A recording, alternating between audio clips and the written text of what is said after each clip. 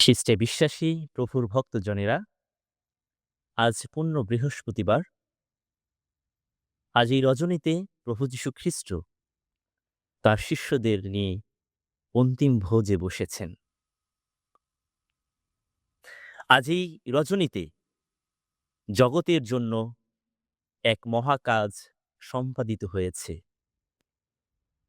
জগতের জন্য ঈশ্বরের মহাপরিকল্পনার শ্রেষ্ঠ উপহার খ্রিস্ট যীশু শত্রুর হাতে সমর্পিত হয়েছেন। যীশু শত্রুর হাতে আজ সমর্পিত হয়েছেন আপনার আমার পাপের জন্য, আপনার আমার পরিত্রাণের জন্য। আমরা পবিত্র শাস্ত্রবাণীতে আজকে ৩টি গুরুত্বপূর্ণ বিষয় এবং ৩টি তাৎপর্যপূর্ণ বিষয় আমরা দেখতে পাই। প্রথমত, যীশু আজকে ২টি সাক্রামেন্ট প্রতিষ্ঠা করেছেন। প্রথমত, যীশু আজকে প্রতিষ্ঠা করেছেন পবিত্র খ্রিস্ট যাগ তথা খ্রিস্ট প্রসাদ সংস্কার, এবং দ্বিতীয়ত পূর্ণ যাজক বরণ সংস্কার, এবং তৃতীয়ত যীশু আজকে আমাদেরকে একটি আদেশ বাণী দিয়েছেন। আর সেখানে যীশু বলেছেন, আমি যেমন তোমাদেরকে ভালোবেসেছি তোমরা নিজেরাও তোমাদের তেমনি ভালোবাসবে। আমি যেমন আজ তোমাদের জন্য সেবার আদর্শ রেখে গিয়েছি তোমরাও পরস্পরের জন্য তেমনি সেবা করবে।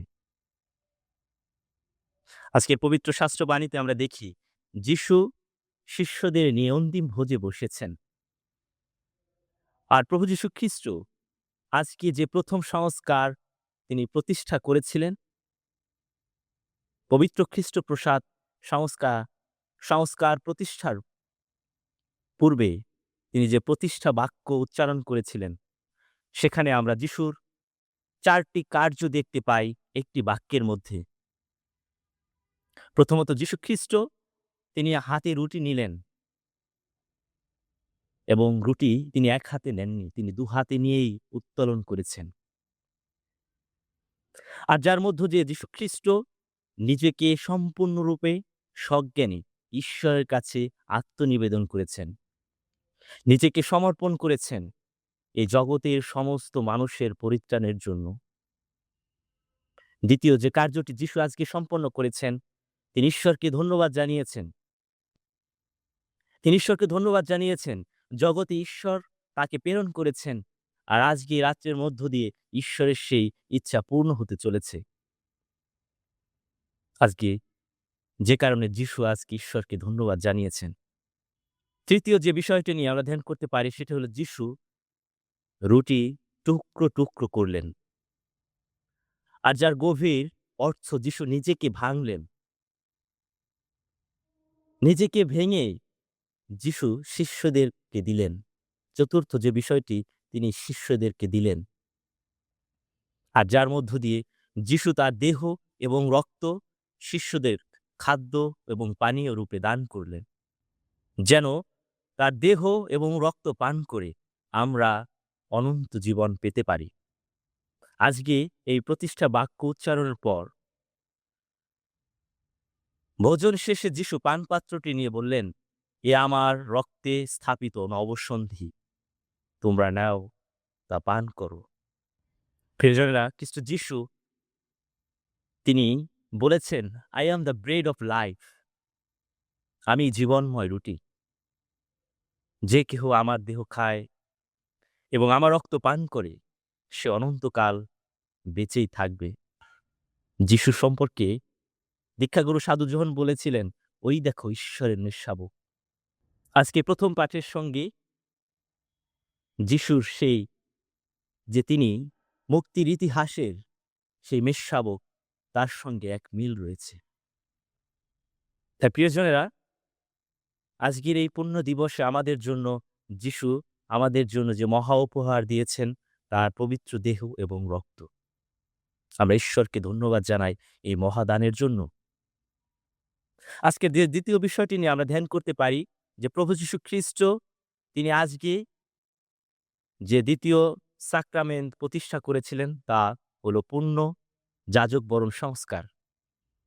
যীশু প্রতিষ্ঠা বাক্য উচ্চারণ করার পর বলেছিলেন, আমার স্মরণে তোমরা এই অনুষ্ঠান করবে।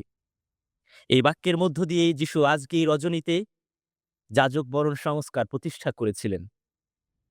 যে কারণে আজকে এই রজনীতে বলা হয় যাজকদের জন্মদিন।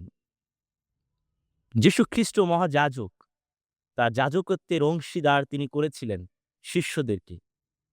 উত্তরস্বরী রূপে শিষ্যদের কাছ থেকে পেয়েছিলেন বিশপগণ এবং যাজকগণ, যারা প্রতিনিয়ত যীশু যে আদেশ দিয়েছেন জগতের শেষ দিন পর্যন্ত যেন যীশুর সেই পরিত্রাণ কার্য সম্পাদিত হয়।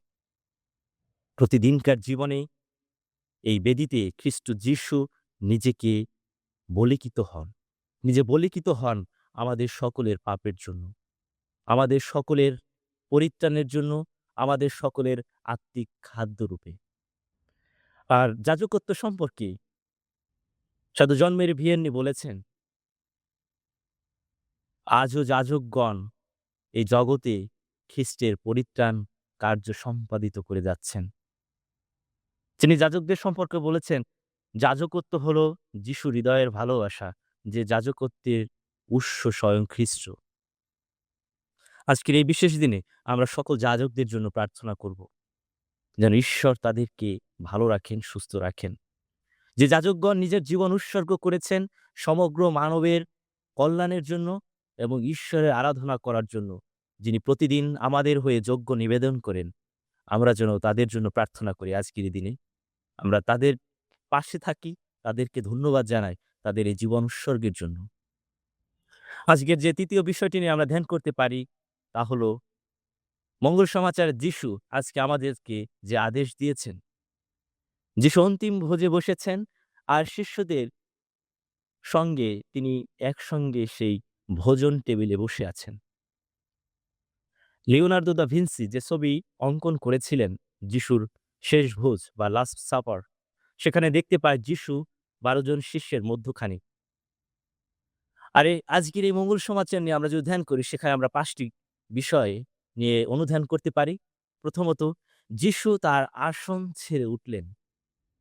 ফিলিপিয়দের কাছে সাধু পলের পত্রে সেখানে দেখি তিনি স্বরূপে ঈশ্বর হয়েও ঈশ্বরের সঙ্গে তার সমতুল্যতাকে আঁকড়ে ধরতে চাইলেন না। প্রিয়জনেরা, তিনি প্রভু হিসাবে, তিনি গুরু হিসাবে তিনি শিষ্যদের মধ্যে ছিলেন, কিন্তু তিনি তার সেই আসন ছেড়ে উঠলেন। দ্বিতীয় যে কাজটি যীশু করেছেন, তার পোশাক তিনি খুলে রাখলেন। পোশাক আমাদের জীবনে মর্যাদা ও সম্মানের প্রতীক, কিন্তু খ্রিস্ট যীশু নিজেকে রিক্ত করলেন, নিজেকে শূন্য করলেন আমাদের কাছে এক উত্তম আদর্শ রূপে। তৃতীয় যে বিষয়টি ধ্যান করতে পারে, যীশু তার কোমরে গামছা জড়ালেন। ইহুদি ঐতিহ্যে কোমরে গামছা দাস এবং দাসীগণ পরে তার প্রভু বা মনিবের সেবা করে থাকে। ফিলিপিয়দের কাছে পত্রে আমরা দেখতে পাই যীশু খ্রিস্ট তিনি দাসের ন্যায় আকারে প্রকারে আমাদের মতোই মানুষ হয়েছেন। আর চতুর্থ যে বিষয়টি নিয়ে আমরা ধ্যান করতে পারি, বেন্ড ডাউন, যীশু নিচু হলেন।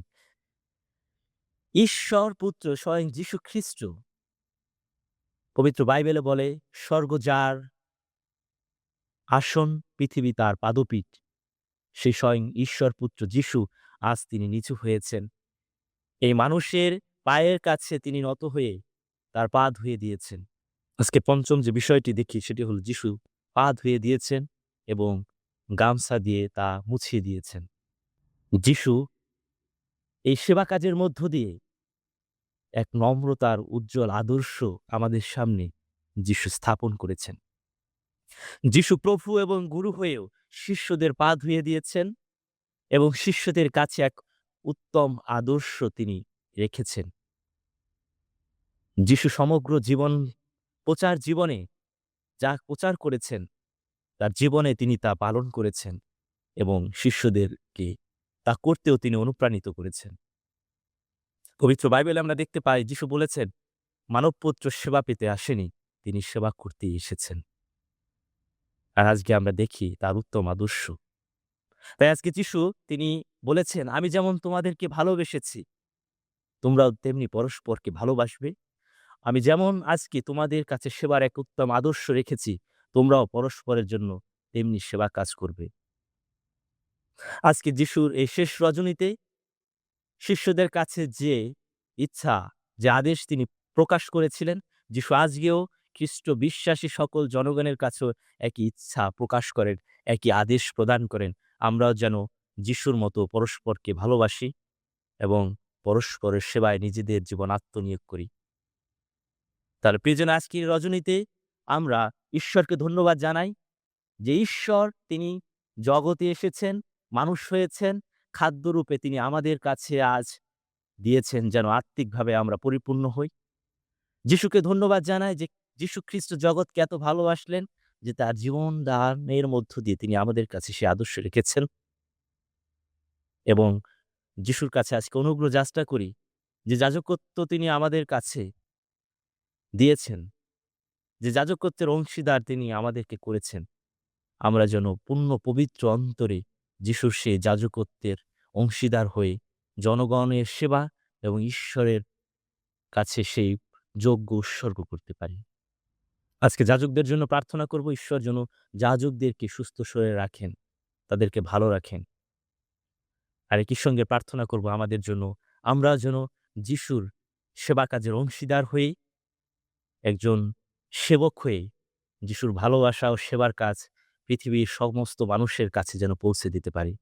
আজকের এই পুণ্য রজনীতে প্রভু যীশু খ্রিস্ট তার পবিত্র বাণীর মধ্য দিয়ে আমাদের প্রত্যেকের হৃদয় আলোকিত করুক, যেন তার আত্মায় আলোকিত হয়ে আমরা আমাদের জীবনকে সুপথে পরিচালিত করতে পারি।